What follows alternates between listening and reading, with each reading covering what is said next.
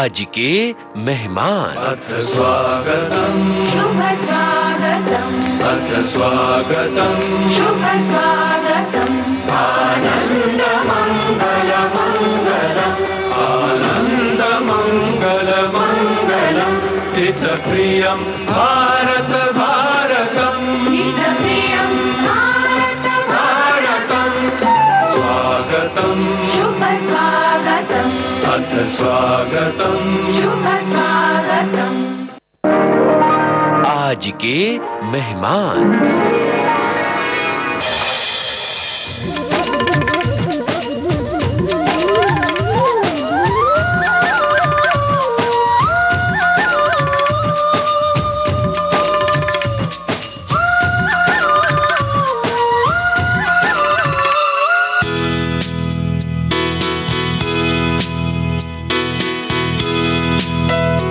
आज के मेहमान कार्यक्रम में बीते हफ्ते हमने आपकी मुलाकात करवाई थी जानी मानी अभिनेत्री मीता वशिष्ठ से। इस बातचीत की आज तीसरी कड़ी हम आपको सुनवा रहे हैं। मीता वशिष्ठ से बात कर रही हैं रेणु चतुर्वेदी। हम स्वागत कर रहे हैं आज अपने स्टूडियो में मीता वशिष्ठ जी का। बहुत बहुत स्वागत। जी बहुत बहुत शुक्रिया। दोस्तों, आज हमारे साथ है मीता वशिष्ठ जी और हम बात कर रहे थे कि किस तरह से आप कक्षाएं लेती हैं और बखूबी लोगों को पढ़ा लेती हैं। तो पढ़ाने के साथ साथ आप कार्यशालाएं भी आयोजित करती हैं, विदेशों में भी आपने किया है जी। तो वहाँ का क्या अनुभव रहा आपका? वहाँ पे मुझे इनवाइट किया गया था एक लंदन में लेस्टर में बड़ा इंटरेस्टिंग था क्योंकि वहाँ पे जिनकी वर्कशॉप मैंने की थी वो ऑलरेडी मंझे हुए कलाकार थे, कुछ तो सिनेमा भी कर चुके थे और अलग अलग उम्र के थे। जब आप वर्कशॉप करते हैं ना विदेशों में तो आप बहुत जल्दी 8 घंटे के छोटे से समय में या 4 घंटे की वर्कशॉप में आप पूरा निचोड़ ले सकते हैं कि ये इन लोगों की सोच क्या है, यहाँ का रहन सहन क्या है, यहाँ पे अंदर की जो मनोस्थिति है वो क्या है, किन चीज़ों से लोग खुश हैं, किन चीज़ों से लोग नाखुश हैं, पीड़ित हैं, या कॉन्शियसनेस क्या है। मैं अक्सर अपने क्राफ्ट को डिवाइन क्राफ्ट मानती हूँ। अच्छा, वो उसमें है कुछ। तो जब आप वर्कशॉप करते हैं जैसे कि मैंने किया है, मुझे उस वर्कशॉप के दरमियान बहुत कुछ समझ में आ जाता है उस प्रांत का, वहाँ के रहन सहन का, लोगों के घरों में क्या बातें होती हैं। अच्छा, किन चीज़ों से माँ बाप बच्चों को टोकते हैं या नहीं। जैसे कि जब मैं लंदन में एक बार वर्कशॉप ले रही थी तो ये हाई स्कूल बच्चों के साथ था जो कि बड़ा मुश्किल एज ग्रुप है। हाँ, बहुत। और वो कमाल का था क्योंकि इंडिया में इतनी सदगर्मी सी नहीं होती है जब मिक्स्ड ग्रुप हो। तो मैं जब लंदन में थी तो ये स्कूल हाई स्कूल के बच्चे थे, तो जो इम्प्रोवाइजेशंस हम देते हैं, इम्प्रोवाइजेशन माने आप एक सिचुएशन बताइए और बड़े प्यार से करती हूँ मैं, ऐसे नहीं कि किसी को ऐसा लगने लगे कि आप उनकी निजी जिंदगी में दखलंदाजी कर रहे हैं या जांचने की कोशिश कर रहे हैं। बहुत किस्म के तरीके होते हैं थिएटर में से किसी को जोड़ने के। कई तो होते हैं जो बड़े टिपिकल हैं जहां आपको वो रुला देते हैं और बोलते हैं जितना आप रोगे उतना आपका दुख निकलेगा। वो सब बकवास तरीके हैं, मैं बता दूं अभी से। मुझे बहुत परेशानी होती है जब थिएटर को ना इस तरह का एक अजीब किस्म का एक प्रयोगशाला बना देते हैं। प्रयोगशाला, और उसमें आप लोगों की निजी जिंदगी को निचोड़ के कुरेद के उसको बाहर निकाल के आप सोच कहते कि अब आप इमोशन समझोगे, ये सब बकवास है। क्राफ्ट है जी। नाट्य शास्त्र ने हमें वो क्राफ्ट दे रखी है और उसमें ये बड़ा एक वेस्टर्न किस्म का है जो बहुत पर्सनल जाते हैं जी। क्राफ्ट समझने के लिए। ये मुझे कई टीचर्स जो हमारे गुरुज हैं उन्होंने कहा है, गुरु हैं जो इंडिया में परफॉर्मेंस आर्ट्स के, तो उन्होंने कहा है कि अक्सर जो वेस्टर्न एक्टर्स थे वो बहुत जल्दी बुढ़ा जाते थे क्योंकि उनको इतना निचोड़ा जाता है और अपने अंदर इतना घुसाया जाता है कि अंदर से निकालो, अंदर से निकालो। ये बड़ा एक टिपिकल शब्द है, अंदर से निकलना चाहिए। हाँ। ये जो अंदर से निकलना चाहिए उसके लिए भी एक क्राफ्ट है जो नाट्य शास्त्र में है। वो नाट्य शास्त्र जो है, जो एक्टिंग की क्राफ्ट है, वो चक्रव्यूह की तरह है। आपको अंदर आने का तरीका आना चाहिए। क्या बात है। और बाहर निकलने का तरीका भी आना चाहिए। वेस्टर्न जो है वो बेचारे अभिमन्यु को अंदर ही छोड़ देते हैं। जी। और वो भी चक्रव्यूह से नहीं, उसको बस धकेल देते हैं अंदर जी। फिर आप निकलते रहो अपनी समझ से। जबकि जो हमारा जो एशियन एस्थेटिक है, जो इंडियन एस्थेटिक है, नाट्य शास्त्र का जो एस्थेटिक है, उसमें आपको तरीके से अंदर ले जाया जाता है चक्रव्यूह के बिल्कुल अंदर तक, और वहां पे आपको बाहर निकलने का रास्ता भी पूरी तरह से बताया जाता है। और इसलिए हमारे पास शांत रस है कि आप जो भी करें 9 रसों में से, रौद्र करें, विभत्स तक का रस है, लेकिन उसके बाद शांत में आना बहुत जरूरी है, न्यूट्रल में, तटस्थ हो जाना। क्या बात है। तो उससे आपकी शरीर, दिमाग और सब कुछ हेल्दी रहता है, संतुलन में रहता है। संतुलन में रहता है। तो ये हमारे यहाँ पे है, ये साइंस है हमारी एक्टिंग में। बहुत उम्दा बात कही है। यहाँ पर कोई आपकी पसंद का गीत सुनते हैं, तब हम लोग आगे बढ़ते हैं। 1-2 गाने जो बड़े पुराने, जिनको मुझे बड़ा मजा आता था। चांद फिर निकला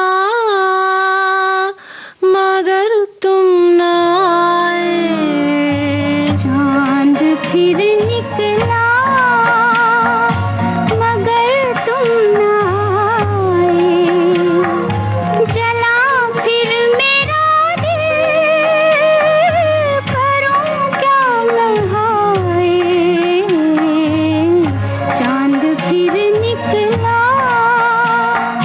मगर तुम ना आए, जला फिर मेरा दिल, करूं क्या मैं हाय,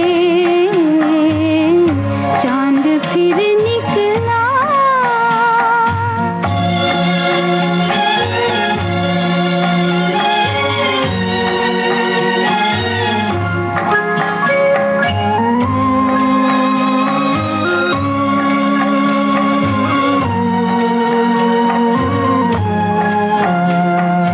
ये रात कहती है वो दिन गए तेरे, ये जानता है दिल कि तुम नहीं मेरे, ये रात कहती है वो दिन गए तेरे, ये जानता है दिल कि तुम नहीं मेरे, खड़ी हूँ मैं फिर भी निगाहें बिछाए, मैं क्या करूँ हाय कि तुम याद आए, चांद फिर निकला मगर तुम ना आए, जला फिर मेरा दिल, करूं क्या मैं हाय, चांद फिर निकला।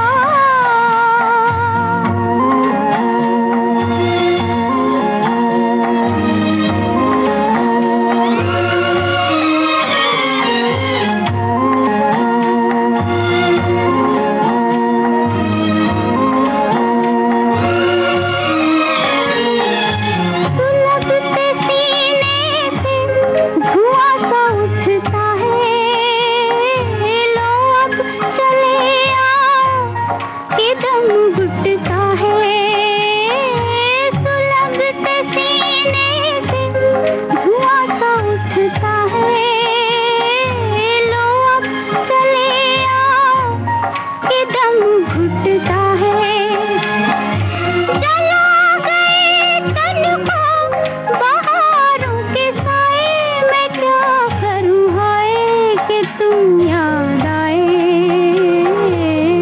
चांद फिर निकला मगर तुम ना आए, जला फिर मेरा दिल, करूं क्या मैं हाय, चांद फिर निकला। ये जो डिवाइन वाली बात आप कह रही हैं, जी।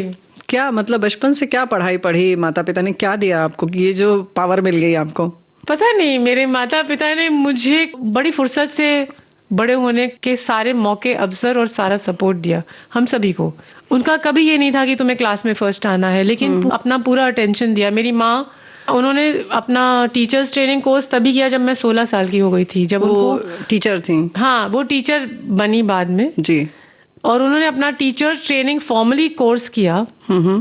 उस समय जब मैं 16 साल की थी तो उन्हें हमारे क्या बात? होमवर्क पे अब ध्यान नहीं देना पड़ता था। क्या बात है। अक्सर मैं सोचती हूँ कि कैसे आप माएँ जो होती हैं, माँ बाप जो होते थे हमारे, उन्होंने अपना पूरा उस समय जो ऊर्जा थी जवानी की बच्चों पे लगा देते थे। जी। आसान नहीं रहा होगा, बहुत मुश्किल। गलतियां भी करते होंगे, करते भी थे जी। लेकिन देखो जो समझ थी जितनी थी पूरी तरह से दी हमें। तो मेरी मदर को क्लासिकल म्यूजिक उनका सब्जेक्ट था और हम लोग जब स्कूल वूल जाते थे या कॉलेज में भी थे तो पूरी तरह से उनका अटेंशन था हमारी पढ़ाई लिखाई पे, सब कुछ बच्चों पे। के ऊपर। हाँ, डांट डपट भी बहुत होती थी हमारी। जी।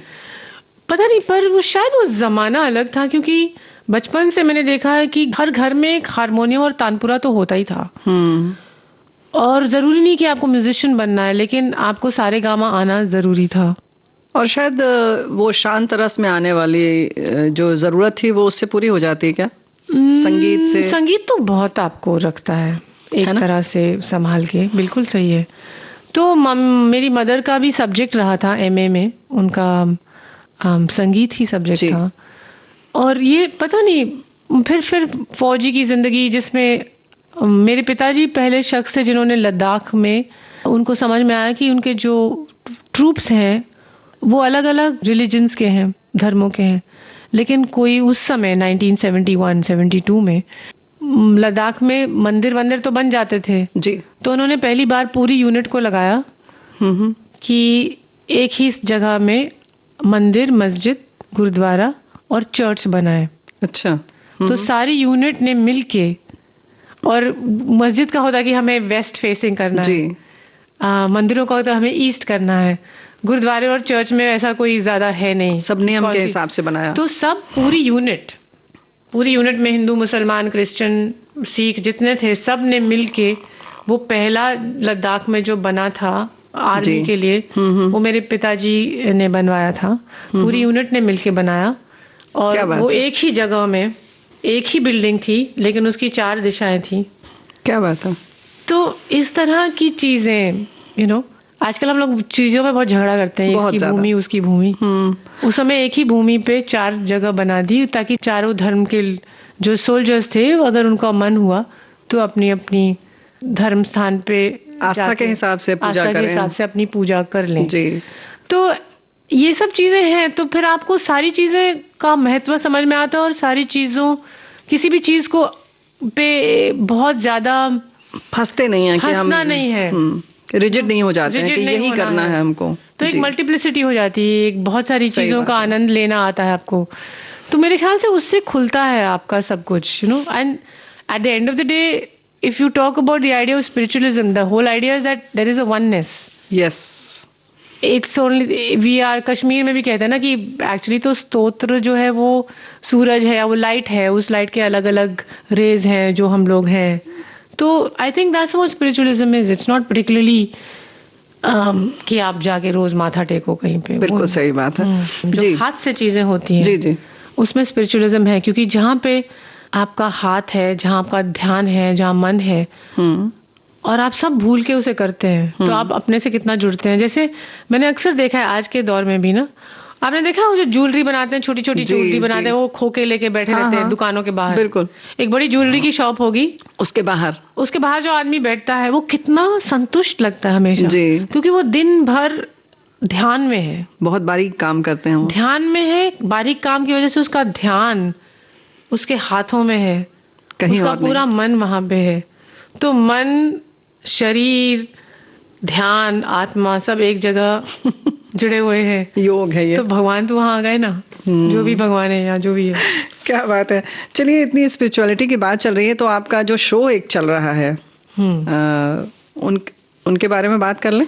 जी जरूर। तो वो कैसे आपके मन में आया और कैसे आपने उस पर काम किया? और लाल दत्त की बात कर रहे हैं हम।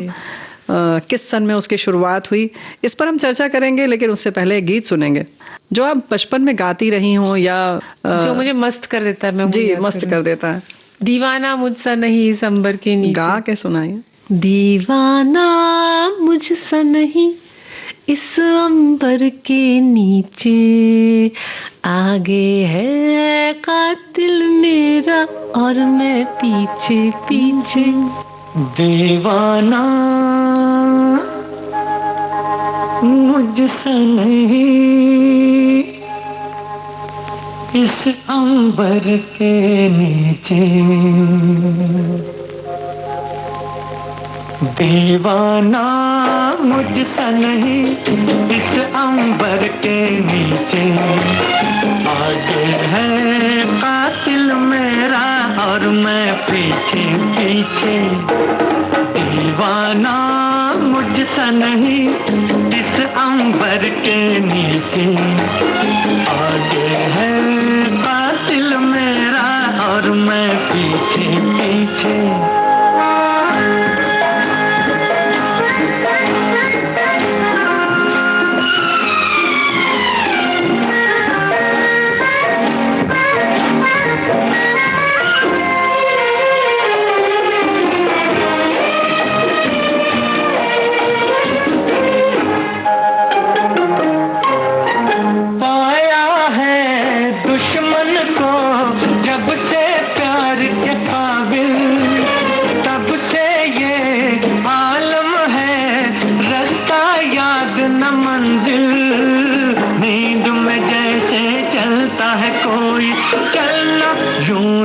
आंखें मीचे, दीवाना मुझसे नहीं इस अंबर के नीचे, आगे है कातिल मेरा और मैं पीछे पीछे।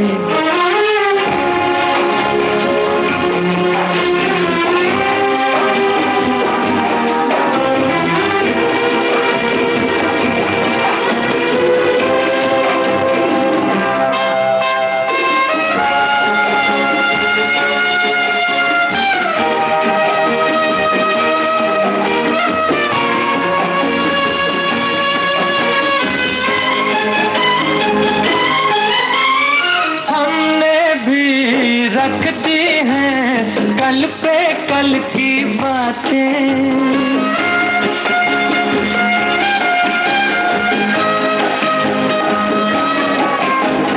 हमने भी रख दी हैं कल पे कल की बातें, जीवन का हासिल है पल दो पल की बातें, दो ही घड़ी को साथ रहेगा करना क्या है तन्हा जीत, दीवाना मुझसे नहीं इस अंबर के नीचे, आगे है कातिल मेरा और मैं पीछे पीछे, दीवाना मुझसे नहीं इस अंबर के नीचे।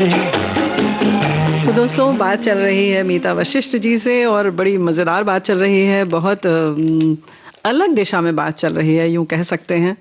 जब ध्यान योग और ऐसी बात चल रही हो, उसके साथ इतने कर्म की बात चल रही हो, इस मकाम पर पहुंचा हुआ कोई क्या कहना चाहिए? दीवाना मुझसे नहीं। क्या बात है। ऐसा दीवाना कोई ऐसी बात करे तो और अच्छा लगता है कि कैसे ये सारी चीज़ें जिनको हम बिल्कुल अलग अलग करके देखते हैं वो कैसे जुड़ सकती हैं। ये मीता वशिष्ठ जी से हम समझ सकते हैं बखूबी। तो हम बात करना चाह रहे थे और जिसकी हमने चर्चा की थी कि आपने कश्मीरी एक संत के ऊपर काम किया है और वो भी जिन्होंने जन्म लिया 14वीं सदी। तो हम बात कर रहे हैं लल दत्त जी की, जिन्होंने 1320 और जो शैव भक्ति परंपरा की भक्त कवयित्री थी जी, उनके बारे में कैसे आपने सोचा और कब काम करना शुरू किया और उनके विषय पर, उनके ऊपर जो आप प्रदर्शन करती हैं वो क्या है, वो उसके बारे में बताइए। ये एक नाटक है 1 घंटे का और उसमें मैं कुछ 9 कैरेक्टर्स को व्यक्तिगत करती हूँ, जिसमें छोटी लल्ला, फिर शादीशुदा लल्ला, फिर जो अपने वस्त्रहीनों के जो मिस्टिक माने उस दिशा में चली जाती हैं, फिर उनकी mother in law, father in law, सास ससुर, पति, कपड़े बेचने वाला, नरेटर, ये सब जी। और 1 घंटे का नाटक है बिना इंटरवल का। सिंपल है, उसमें ना कोई इंस्ट्रूमेंट्स है, कुछ नहीं। उसमें मैं ही हिंदी, इंग्लिश और कश्मीरी 3 भाषाओं में है ये। हिंदी, इंग्लिश और कश्मीरी में। हाँ, तीनों भाषाएं मौजूद हैं एक ही समय, अच्छा, एक ही जगह में, एक ही प्रदर्शन में। जी जी, तीनों के साथ। तीनों। अच्छा अच्छा। तो उसमें 30 वाक हैं लल दत्त के। अच्छा। तो 10 हिंदी में है, 10 अंग्रेजी में है और 10 कश्मीरी में है। ओहो हो। हाँ, श्रोताओं को यहाँ बता दें कि वाक जो है वो उनकी कविता की एक शैली है। उसे उन्हें वाक कहते हैं। वाक कहते हैं, जी। 4 लाइनों में, और उनका वाक कुछ अलग ही है जी। और वाक है, वाचिक से आया है। जैसे हम कहते हैं कि जो पूरी जो सृष्टि है, जो दुनिया जो बनी थी, क्रिश्चियंस कहते हैं कि in the beginning there was the word, माने एक शब्द हुआ उससे पूरी। फिर हम लोग कहते हैं ओम, जी। ओम शब्द जब हुआ तब सब कुछ हुआ, आया सामने। तो वाक वाचिक से जुड़ा हुआ है। वाचिक को अपने में बहुत प्राइमल, जिसे कहते हैं शुरुआती कायनात, सृष्टि, इंसान सबकी शुरुआत वाक से हुई है, ऐसा कहते हैं। तो उनको वाक कहते हैं उनकी कविताओं को। जैसे कबीर की जो है उनको दोहे कहते हैं, 2 लाइनों के। इनके वाक है मोस्टली 4 लाइनों के, बट बहुत सारे।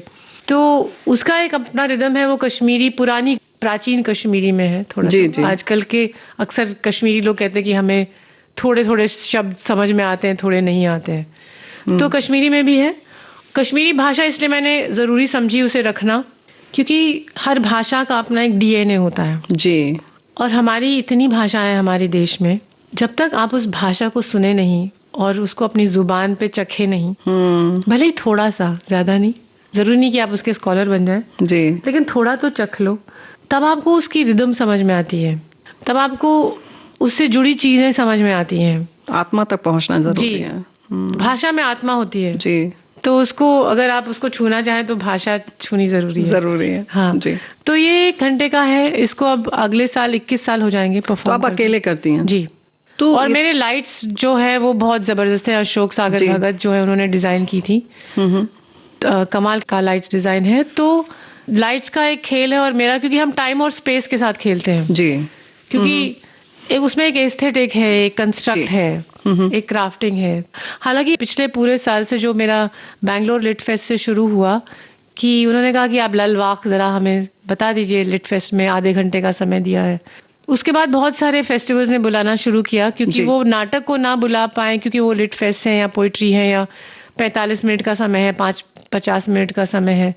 तो उसमें अब मैं खड़े होके ललवाक बताती हूँ, सुनाती हूँ, गाती हूँ और लोगों से भी बुलवाती हूँ कश्मीरी में, और ललदत के बारे में बात करती हूँ। तो वो भी एक अलग ही एक्सपीरियंस होने लगा है। लोग बहुत जुड़ने लगे उससे भी। किस सन से आपने इसको शुरू किया? 2004 में पहला शो हुआ था। अच्छा। लेकिन उसके पहले 4 साल निकल गए थे। 3 साल रिसर्च हुआ, 1 साल पूरा उसको रिसर्च मटेरियल को किस तरह से शरीर के जरिए प्रस्तुति के मोड में लाया जाए। मुश्किल काम जी। कैसे अभिव्यक्त किया जाए, सामान्य जन तक पहुंचाया जाए उसे। थिएटर जब आप करते हैं तो आप सिर्फ वाचिक पे तो नहीं कर सकते जी।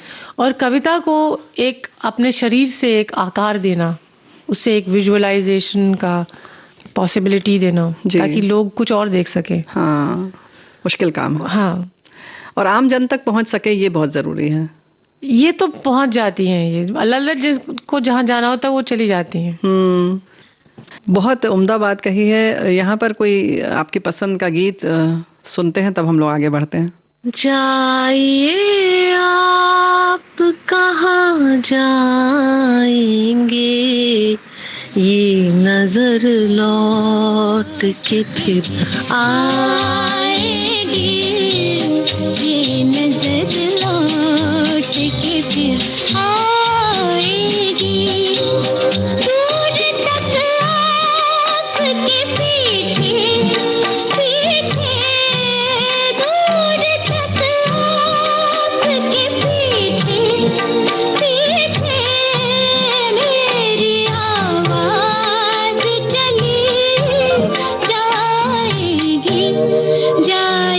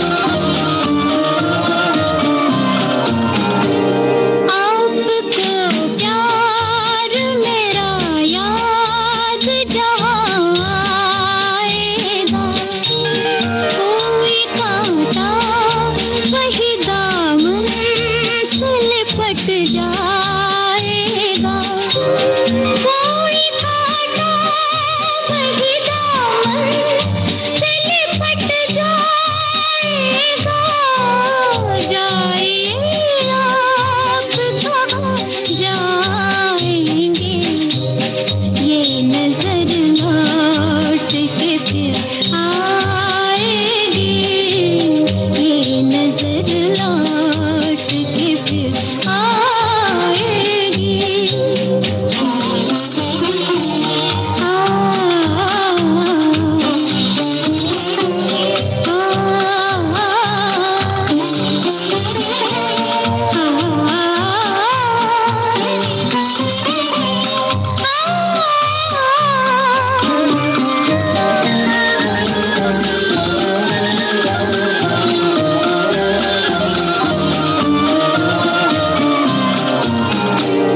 जब उठोगे मेरी बेताब निगाहों की तरह, रोक लेगी कोई डाली मेरी बाहों की तरह, रोक लेगी कोई डाली मेरी बाहों की तरह। जाए आप कहाँ जाएंगे, ये नजर लौट के फिर आएगी, ये नजर लौट के फिर आएगी।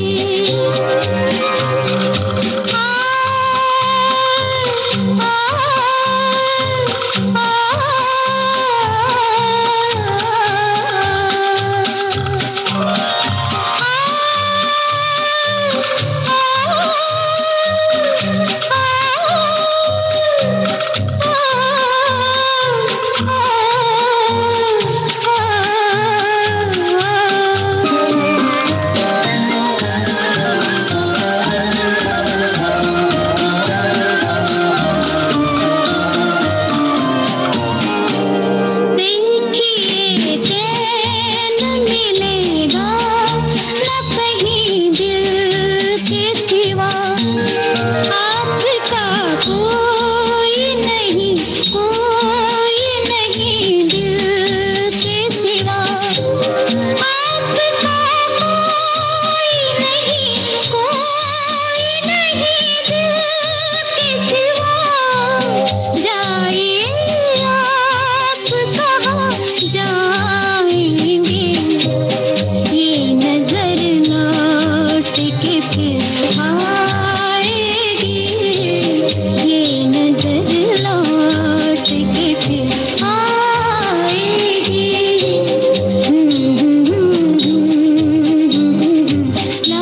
मैं अक्सर ये कहती हूँ कि वो जिनसे मिलना चाहती है वो उस शहर पहुंच जाती है, मैं तो पीछे पीछे आ जाती हूँ। ऐसा? जी। किस किस शहर में आप कर चुकी हैं? श्रीनगर में किया था 2008 में, पूना, दिल्ली, अहमदाबाद, पटना, हापुड़, मुंबई तो हो चुका है, और अभी हाल ही में जयपुर, लखनऊ, और अभी बातचीत चल रही है कलकत्ता की। क्या बात हाँ है। जी। तो वाकई ऐसा सुन के लग रहा है कि अब तो इसे देखना ही पड़ेगा और देखना चाहिए, मुझे लगता है। बहुत यूनिक सा है ये, अद्वितीय है। क्या लोगों का रिस्पांस है और रहा है?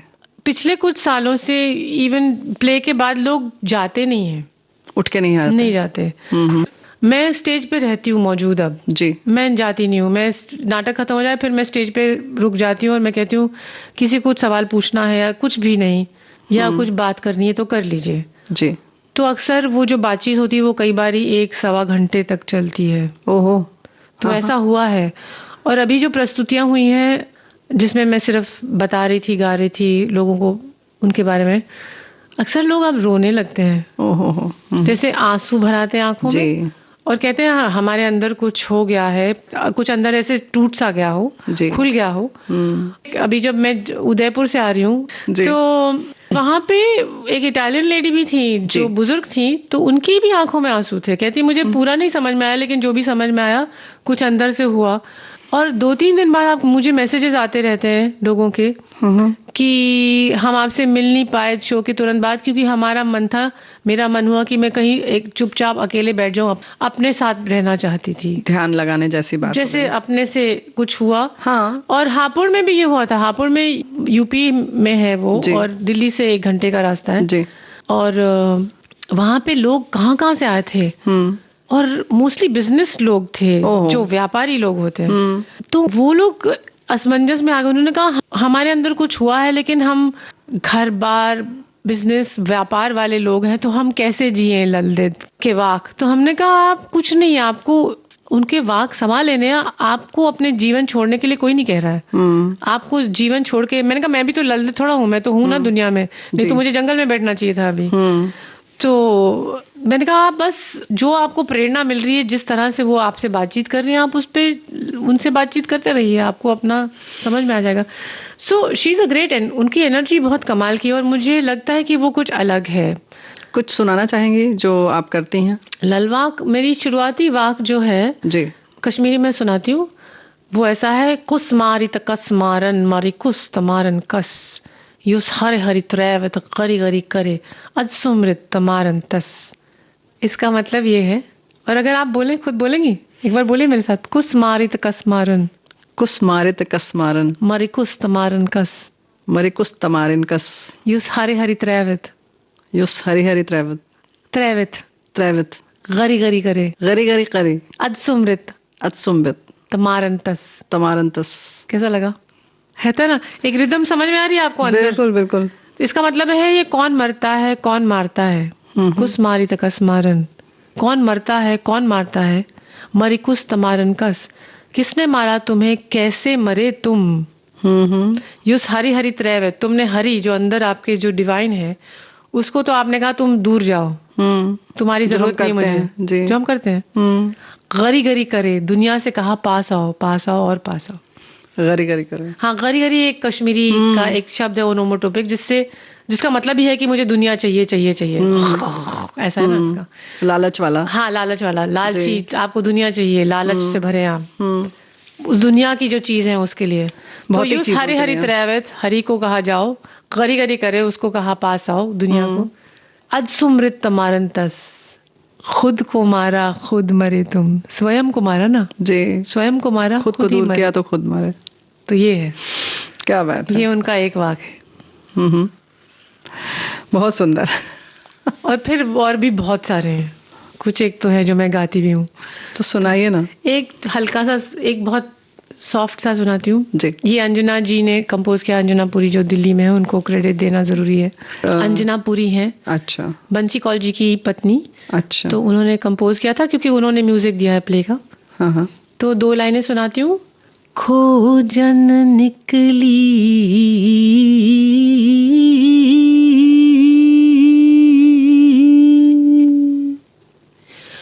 सुध न रही कब ये दिन बीता,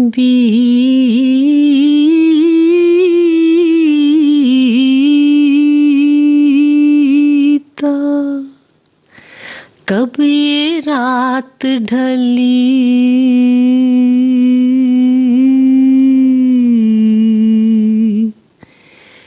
मिले अंत में घट में ही मेरे कंठ छली,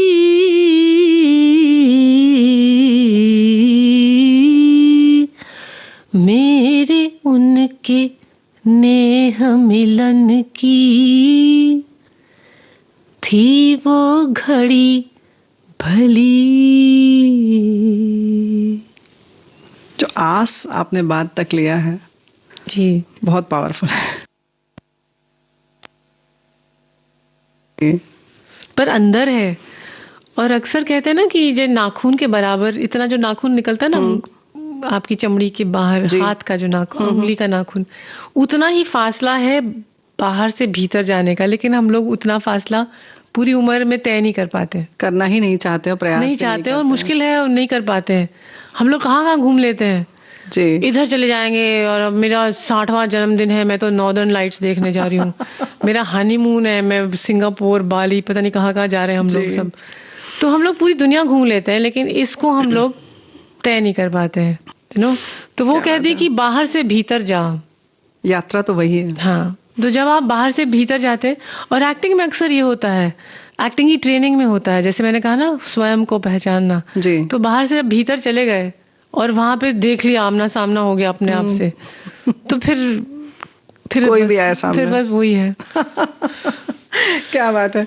मीता वशिष्ठ जी, आपका एक जो और स्वरूप है मंडला जो आपने बनाया उसके बारे में जानना चाहेंगे। वो महिला सशक्तिकरण का एक जबरदस्त, वैसे तो आपने कला के लिए उसे शुरू किया जी। इसके पीछे उद्देश्य क्या था, पूरा बताइए आप।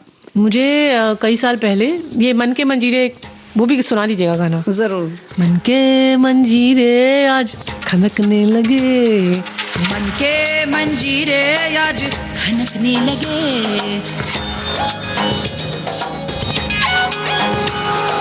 भूले थे चलना कदम थिरकने लगे,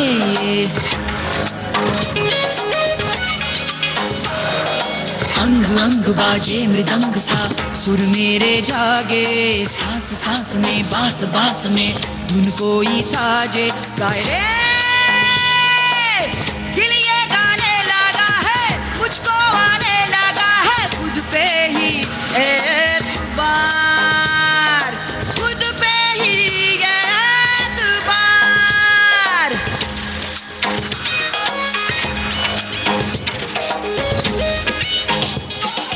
बादल तक झूले मेरे पहुंचने लगे, आंखों के आगे गगन सिमटने लगे, ताल ताल पे ताल ताल दे छूटे हवाएं, खेत खेत ने रेत रेत ने फैला दी बाहें, आई रे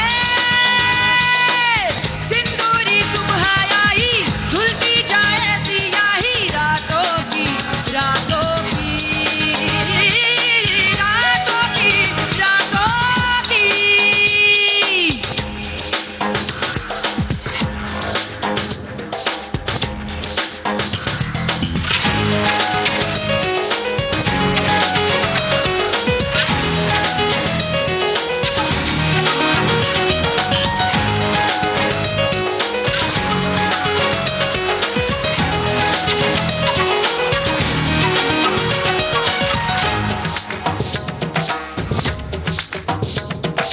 खोले जो दरवाजे तो देखा हर शय थी नहाई, उजली उजली सी थी मेरी तन्हाई रे, बदली बदली सी बदली मेरे अंगना में थी छाई, वीरानी रानी बनके मेरे पास आई, अपनी नजर से मैंने देखी दुनिया की रंगोली, मुझको बुलाने आई मौसम की टोली, खोली आंखों की खोली मैंने पाई अपनी बोली, मुझ में ही रहती थी मेरी हमजोली रे, सुन लो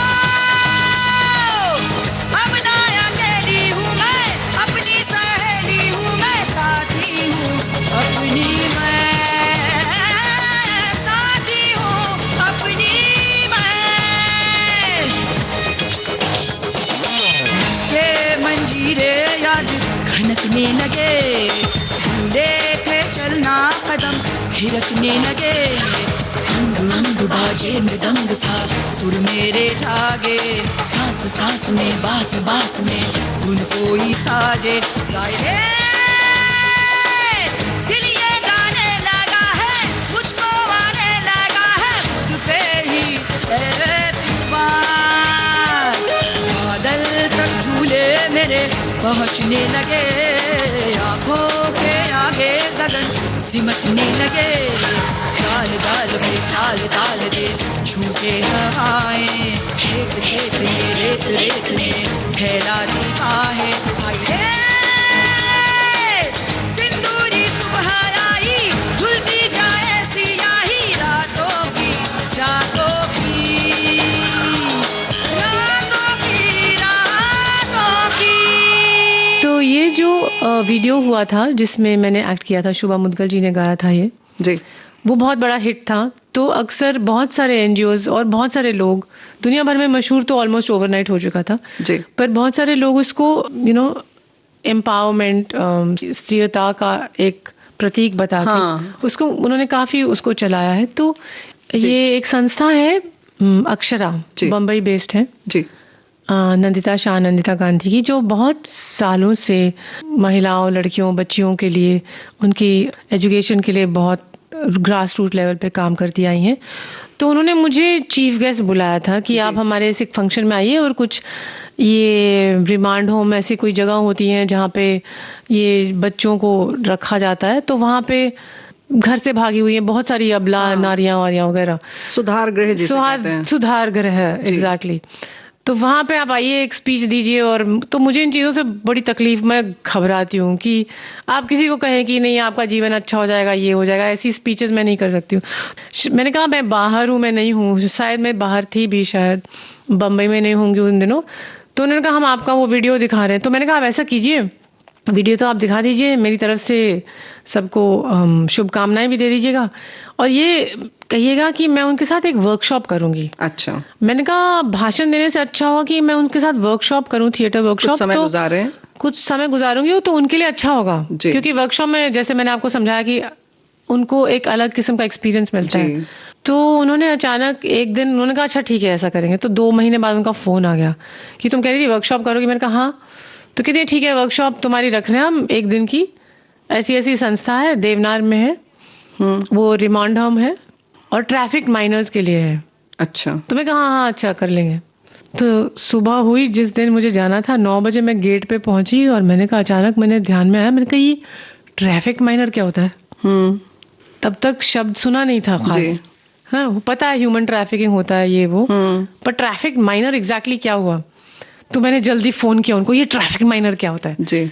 फॉर्चुनेटली उन्होंने फोन उठा लिया। उन्होंने कहा ये सब वो लड़कियां हैं, नाबालिग बच्चियां जिनको रेड लाइट एरिया से रेस्क्यू किया गया है, जिनको बेचा गया था प्रोस्टिट्यूशन में, और ये जो गृह है वो वहां पे हैं। ये सब बच्चियां सब नाबालिग हैं जी, और सब वहां से रेस्क्यू की गई हैं। तो कोई वहां 6 महीने थी ब्रॉथल में, कोई और लंबा समय थी। तो इनके साथ आपको वर्कशॉप करनी है। ओहो। और तो मैंने कहा अरे ना, अब यंग एक्टर्स के साथ मैं बहुत काम कर चुकी थी और यंग फैशन डिजाइनर और सबके साथ। तो यंग लोगों में अक्सर बहुत प्रॉब्लम्स होती हैं अंदरूनी जी, अलग तरीके के होते हैं। हाँ हर किसी की, जो खुलते नहीं है, वो खुलते नहीं है। कहीं कोई घर से परेशान है, कोई अपनी पर्सनल लाइफ में कोई इश्क हो गया, मोहब्बत हो गई, कुछ और हो गया, कुछ और हो गया। तो बहुत लेवल्स पे परेशानियां होती है, साइकोलॉजिकल लेवल पे। तो मैंने कहा चलो ठीक है, इनको भी परेशानी होगी साइकोलॉजिकल लेवल पे। तो वो 1 दिन की वर्कशॉप इतनी अच्छी गई जिसमें मैंने उनका जीवन बिल्कुल नहीं टटोला। मैंने सिर्फ थिएटर के कॉन्सेप्ट्स लेके उनके साथ काम करना शुरू किया। अच्छा। उनसे एक रिश्ता बनाया जो थिएटर के लेवल पे था। वो कभी पर्सनल नहीं हुआ शुरुआती तौर में, खास तौर से। अच्छा। उसका एक बहुत बड़ा फायदा ये था कि ये बच्चियां इतना कुछ झेल चुकी हैं, पुलिस, लॉ, प्रोस्टिट्यूशन सब हो चुका है, समाज से नकारी गई हैं और हर तरह से उन्हें लताड़ा गया कि जैसे कि वही दोषी का मैंने सारी गलती उनकी है, वो अब जीने लायक नहीं है, वो हाँ दोषी ठहराया जाता है उनको, जबकि उनकी कोई गलती नहीं है। और अक्सर वो हमारे किसानों की बच्चियां हैं, हमारे छोटे छोटे कस्बों की बच्चियां हैं, वो काश्तकार होते हैं। हाँ जैसे बाद में जब मैंने उनसे कहा ना कि कोई गाना सुनाओ, बाद में काफी आगे जाके जी, तो वो शुरुआत में मुझे वो वहीं जो गाने गवाए जाते थे उनसे, फिल्मी गाने, मतलब नहीं तुम लोग स्कूल वूल गई थी तो क्या सुनाओ। अरे एक बंगाली लड़की ने मुझे सुनाया आमार जन्मभूमि, ओहो। एक दूसरी लड़की ने जनगण मन सुनाया, क्योंकि स्कूल में सीखा था ये। तो आप सोचिए, जिस लड़की को आपने ऐसा एक लेबल लगा दिया है जीवन भर के लिए कि ये तो अब यही है, हो गया, अब ये यही रहेंगी, जड़ से कट चुकी है, उसको अपना बचपन ही नहीं याद है। हाँ तो हमारे थिएटर वर्कशॉप के जरिए वो ये जो 6 महीने या 2 या 1 साल का जो समय था, उसको पार करके वापस बचपन से जुड़ के, और थिएटर के माध्यम से उन्हें एक वर्ल्ड व्यू मिलता है। यहाँ पर कोई आपकी पसंद का गीत सुनते हैं, तब हम लोग आगे बढ़ते हैं। तुम बिन जाऊं कहाँ, तुम बिन जाऊं कहाँ, कि दुनिया में आके कुछ न फिर चाह कभी तुमको चाह के, तुम बिन।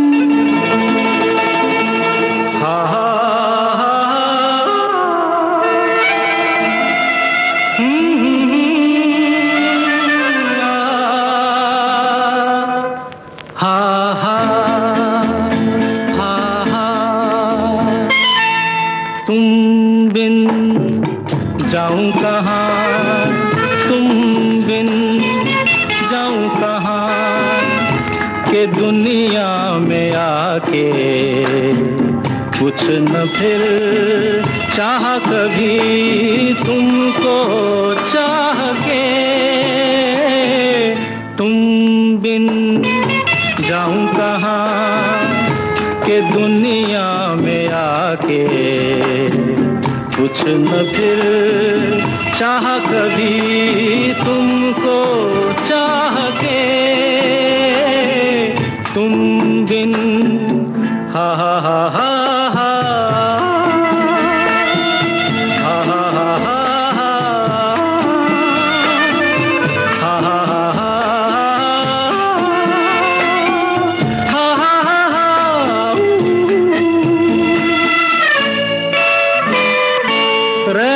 सकोगे तुम कैसे हो के मुझसे जुदा,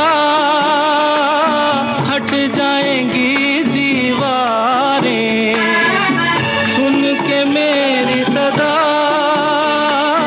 आना होगा तुम्हें मेरे लिए साथी मेरी सुनी राह के, जाऊं कहाँ के दुनिया में आके, कुछ न फिर चाह कभी तुमको चाह के, तुम बिन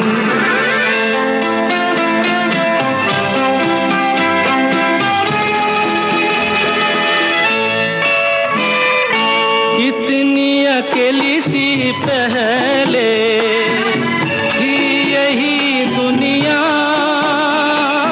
तुमने नजर जो मिलाई बस गई दुनिया, दिल को मिली जो तुम्हारी लगन, दिए जल गए मेरी आह से, तुम बिन जाऊं कहाँ, तुम बिन जाऊं कहाँ के दुनिया में आके, कुछ न फिर चाह कभी तुमको चाह के, तुम बिन। तो आपने कितने दिन की वर्कशॉप की? 4 साल। हाँ, 4 पूरे साल। क्या बात है। रोज। रोज। ओहो। 4 घंटे 5 घंटे। हाँ हाँ। तो वो एक दिन की शुरुआत हुई, वो अच्छा गया। हाँ, मैंने अक्षरा से पहले कह दिया कि एक दिन में क्या होगा, 2 दिन का तो रखो जी। तो उन्होंने 2 दिन का रखा, तो उनकी तरफ से 2 दिन का हो गया। फिर उनको पता चला ये तो रोज आ रही है मीता, तो उन्होंने फोन किया, तुम रोज आ रही हो? मैंने कहा हाँ। मैंने कहा काम इतना अच्छा जा रहा है, ऐसा जैसे आपके हाथ में पानी की सुराही हो और सामने जो है वो रेगिस्तान में प्यासा बैठा हो, तो आप 2 घूंट पिला के कैसे चले जाएंगे? सुराही अभी भरी हुई है। क्या बात है। वो रेगिस्तान से नहीं निकला है अभी, वो शख्स वही है, प्यास बहुत गहरी है। तो जब तक आपके मटके में पानी है आप पिलाते जाएंगे जब तक उसकी प्यास पूरी तरह से बुझ ना जाए और वो रेगिस्तान से बाहर ना आ जाए। तो मेरे हाथ में थिएटर का मटका था, ये रेगिस्तान में बैठी थी, तो कैसे जाती मैं? जीवन से बिल्कुल रीति हुई। हाँ, तो फिर मुझे वो पानी पिलाते रहना पड़ा। वो मेरे हाथ में मटका था, वो कोई मेरा अपना पानी नहीं था, वो हाथ में दिया वो मटका ना, कहना ऊपर वाले की देन है ना, ये थिएटर की कला। तो फिर वो 7 हफ्ते हुआ, वो 7 हफ्ते में इतनी तब्दीली आई। फिर मैंने एक ग्रुप बनाया जिसमें यंग लोग थे, एक लड़की थी स्मिता, वो कॉलेज की लड़की थी, वो भरतनाट्यम ट्रेनिंग थी, मैंने कहा आके भरतनाट्यम सिखाओ।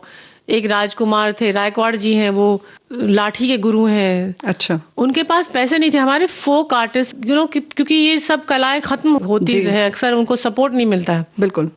या सपोर्ट मिलता है तो अलग किस्म का, जिसमें उनको कमर्शियलाइज होना पड़ता है। हाँ, लोग पसंद तो रायकवाड़ जी बल्कि वो अपना अखाड़ा बंद करके चाय की दुकान खोलने वाले थे। अच्छा। तो जब मैंने उनको बुलाना शुरू किया और कहा कि आपको पैसे भी मिलेंगे, और मैं अपना पैसा लगा रही थी शुरू में। अच्छा। अपने जेब से मजा आ रहा था, काम अच्छा हो रहा था, कमाल का हो रहा था। लड़कियों में इतनी तब्दीलियां आ रही थी कि जैसे आपका रेगिस्तान में माने एक बगीचा खिलने लगा, हरियाली होने लगी है और फूल जैसे खिल रहे हो। क्या बात। तो जितना आप दे रहे हो उतना आपको मिल भी रहा है, एक अलग किस्म के एक ठहराव अंदर से।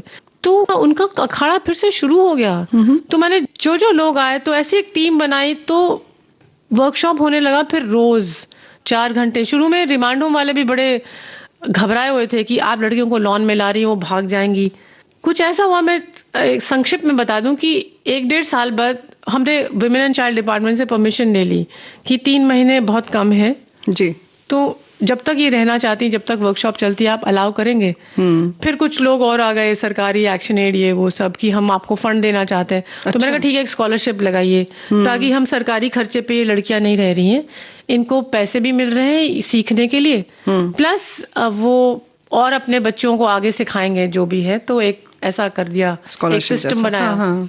वो सब बहुत अच्छा चला काफी समय तक। लेकिन फिर एक छोटा सा किस्सा मैं बताऊं, जब एक लड़की का टाइम आया घर जाने का, तो रिमांड होम ने उनको भेज दिया घर 1 साल बाद। 1 हफ्ते बाद वो वापस आ गई गांव से 2 आम के टोकरे लेके, और चर्च गेट पे उतरी थी ट्रेन से। अच्छा। रिमांड होम में फोन किया कि मैं चर्च गेट पे खड़ी हूँ। अब चर्च गेट और कमातीपुरा का रिश्ता आप देखिए, वही स्टेशन है जी, जहाँ पे उन्हें शायद शुरू में लाया गया था जी। वो वहीं खड़ी है, पर वो फोन कर रही है रिमांड होम में कि मैं वहां कैसे आऊं, मुझे वापस थिएटर वर्कशॉप ज्वाइन करनी है, मुझे घर नहीं जाना है। मैं रह के आ गई हूँ।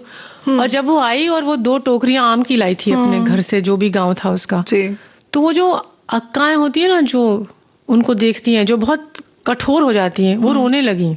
उन्होंने कहा हाँ, आज तक कोई वापस नहीं आए, और वो भी आम के टोकरे लेके, हमारे उपहार लेकर। हाँ, उपहार लेकर। क्या बात। तो ऐसा बहुत अच्छा रहा। लेकिन फिर बाद में जाके बहुत बिगड़ भी गया पूरा सिलसिला, क्योंकि बहुत सारे ईगोज होते हैं एडमिनिस्ट्रेशन के। हाँ, लेकिन मीता जी, यहाँ पर जो आपका उद्देश्य था वो पूरा हुआ, और इतनी सफल तरीके से आपने और थिएटर से अब बहुत सारी जो बच्चियां हैं वो आगे चल के उन्होंने अंग्रेजी अपने आप सीखी। अच्छा। फिर उन्होंने अपने आप, उनको समझ में आ गया कि बाहर की दुनिया में हमें किस तरह से अपना रास्ता बनाना है, क्योंकि एक तो आपका पूरा शरीर का लैंग्वेज बदल जाता है, तो कोई आपको देख के पहचानेगा नहीं कि आप वहां रह के आई हैं, क्योंकि छाप लग जाती है। जी जी, बिल्कुल। तरीकों में एक वर्ल्ड व्यू मिलता है। एक बार हम लोग टूर पे जा रहे थे थिएटर पर, उनके साथ नाटक किया था मैंने, एक कॉमेडी। तो वो नेशनल स्कूल ऑफ ड्रामा के फेस्टिवल में भी परफॉर्म हुआ था, इंटरनेशनल विमेंस थिएटर फेस्टिवल में। तो उनको मैंने जिम्मेदारियां दे दी थी कि जैसे थिएटर ग्रुप होता ना वैसे जी। अचानक मुझे ध्यान में आया कि अरे इनके पास, किसी के पास चप्पल नहीं है। अच्छा। नंगे पैर घूमते हैं ना। और अक्सर लोग जो दान भी देते हैं ना रिमांड होम्स में, वो बहुत अपने सारे गंदे वंदे कपड़े देते हैं, सिंथेटिक ये वो। तो मेरे पास जितने कपड़े होते थे जिनको मुझे लगा कि अच्छा मुझे अब नहीं पहनना है, तो और वो अच्छे थे, तो कॉटन के, तो वो देने चाहिए जी। तो चप्पल नहीं था, तो मैंने एक बार उनसे बोला कि, मैंने कहा अच्छा तो क्या चप्पल, तो तुम्हारे तो फुटवेयर सब साइजेस दो, चप्पल मंगानी होगी। तो उन्होंने कहा दीदी हमें फ्लोटर चाहिए जो आप पहनते हैं। मैं फ्लोटर्स पहनती थी ना, एक तरह का सैंडल। तो मेरी अंग्रेजी सुनते हुए जब मैं फोन पे बात करती थी, उन्होंने अंग्रेजी सीखना शुरू किया। तो बहुत कुछ उनके जीवन उन्होंने अपने आप बना लिए, बल्कि 15-20 साल तक मुझे उनके फोन आते रहते थे। फिर मैंने अपने आप, एक बार उनके परिवार हो जाते थे तो फिर वो अपने आप हट जाती थी, क्योंकि अक्सर वो कैसे बताएंगे कि क्यों हम जुड़े हैं। उनको एक दिशा मिलना, और दिशा मिल गई, हो गया। आपका काम जो था वो पूरा हो गया। उससे ज्यादा क्या चाहिए आपको। यहाँ पर कोई आपकी पसंद का गीत सुनते हैं। एक प्यार का नगमा है, मौजों की रवानी है।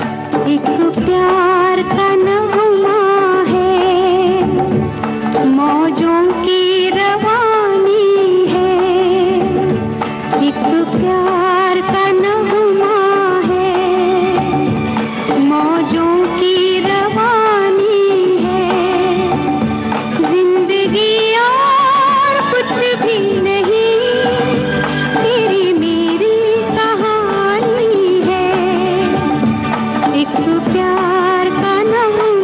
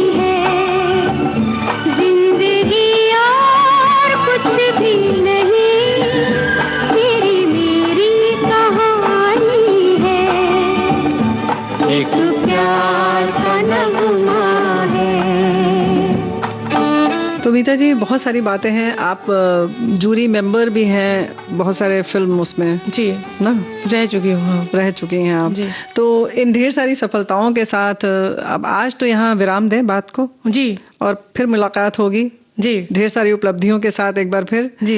वाकई बहुत मजा आया। शुक्रिया, बहुत बहुत धन्यवाद। इतनी विविधता होगी बातचीत में, ये बिल्कुल नहीं सोचा था। ये AIR में ही हो सकता है, विविध भारती। हाँ, मुझे विविध भारती आपने कितना सुना है? बचपन से यही तो सुनती आई हूँ। मेरी मम्मी का फेवरेट है। क्या बात है? और मुझे लगता है विविध भारती की वजह से वाक है ना, वाचिक है जी, उसमें आप कहीं भी इसको अपने अंदर उतार सकते हैं। आप जंगल में बैठे हों, आप घर पे बैठे हों, आप कुछ कर भी रहे हों, विविध भारती का होना मेरे बचपन का एक हिस्सा है, अटूट हिस्सा है। मेरा बचपन जुड़ा हुआ है विविध भारती से। क्या बात है जी। चलिए, हमें उम्मीद है कि आप इस बचपन में फिर आती रहेंगी, बार बार आएंगी, हम बार बार स्वागत करेंगे जी। आज यहीं इस बात को विराम देते हैं जी। बहुत बहुत धन्यवाद मीता जी। बहुत बहुत शुक्रिया। Thank you very much. बहुत मजा आया।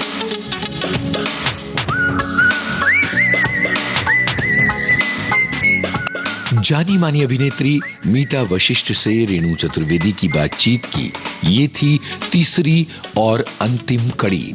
रिकॉर्डिंग इंजीनियर अनुश्री गुप्ता, प्रस्तुतकर्ता जुबैर खान। आज के मेहमान।